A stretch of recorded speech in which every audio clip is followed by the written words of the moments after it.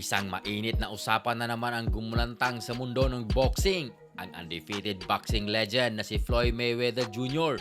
Ibinahagi ang kanyang top 5 greatest boxers of all time at gaya ng inaasahan, maraming fans ang nagulat, natuwa at nagtalo. Ayon kay Mayweather, ang kanyang listahan ay base sa talent, galing sa depensa, consistency at kung paano nila binago ang boxing sa kanilang panahon.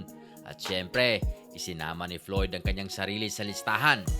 Narito ang top 5 greatest boxers of all time ayon kay Floyd Mayweather Jr.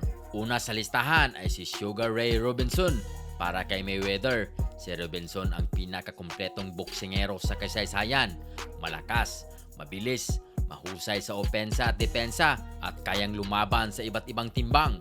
Pangalawa sa listahan ay si Muhammad Ali. Ayon kay Floyd, hindi lang si Ali mahusay sa ring, isa rin siyang icon sa labas nito. Ang kanyang bilis, footwork at tapang ay nagbigay inspirasyon sa buong mundo. Pangatlo ay si Floyd Mayweather Jr. mismo. Sinabi ni Floyd na ipinagmamalaki niya ang kanyang undefeated record at ang kakayahan niyang talunin ang iba't ibang estilo ng kalaban. Para sa kanya, ang disiplina at depensa ang susi ng kanyang tagumpay.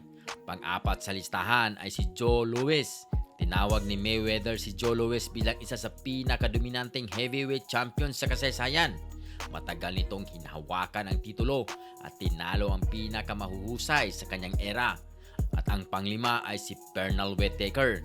Ayon kay Floyd, si Whitaker ay isa sa pinakamahusay pagdating sa depensa, mahirap tamaan, matalino sa ring at kayang kontrolin ang laban gamit ang galaw at timing. Hindi rin pinalampas ni Mayweather ang pagpapaliwanag kung bakit wala sa listahan ng ilang sikat na pangalan. Para sa kanya, mahalaga ang longevity, consistency at kung paano mo hinawakan ang pressure sa pinakamalalaking laban.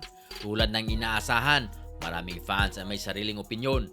May ilan na nagsasabing kulang ang listahan. May iba namang sumasang-ayon sa mga pinili ni Floyd. Pero ayon kay Mayweather, ito ang kanyang personal na pananaw bilang isang boksingerong nakalaban ng pinakamahuhusay at nakatapos ng career na walang talo.